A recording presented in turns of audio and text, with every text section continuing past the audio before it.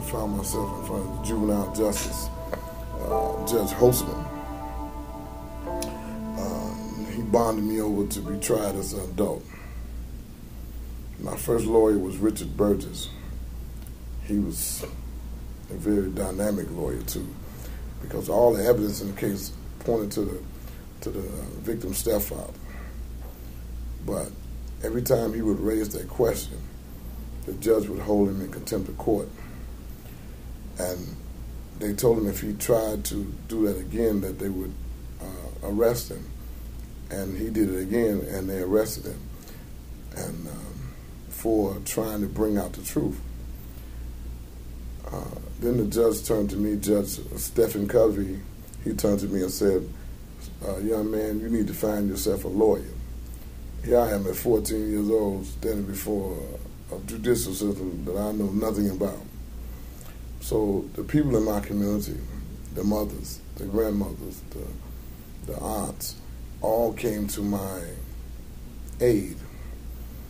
And they went out and had bake sales and different things to raise money to get me a lawyer.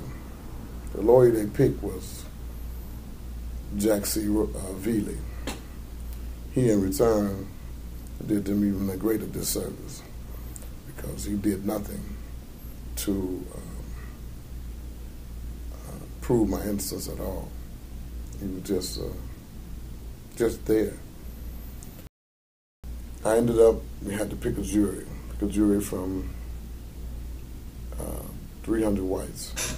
No blacks were allowed in this jury pool at all. No minority at all. But that wasn't an issue with me because I knew I hadn't done nothing.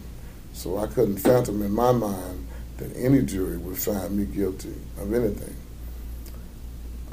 But before we went to jury trial, the prosecutor was asking for the death penalty. And I couldn't believe that that's the only thing that I recognized that he said when he said that, that he wanted to take my life. And that's the only time I stood up and had anything to say to the court.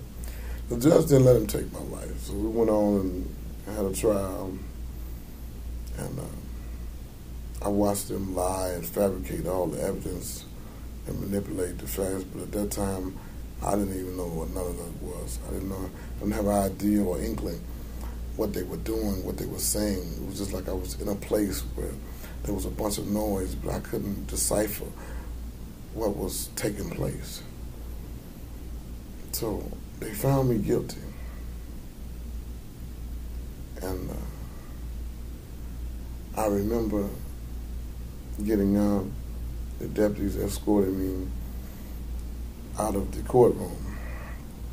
And I remember the deputy unholstering his weapon, and he put his left hand on my right shoulder and leaned over and whispered to me, he said, whatever you do, don't make another mistake or something, And he escorted me out the building, and it was unbelievable. You had people, other police officers lined up from buildings. You had squad cars everywhere. It was like, and all their weapons were drawn, and I didn't know what was happening to me. And they brought me back for resentencing. They sentenced me to 100 years in Illinois Department of Correction. It took me to St. Charles, and from there,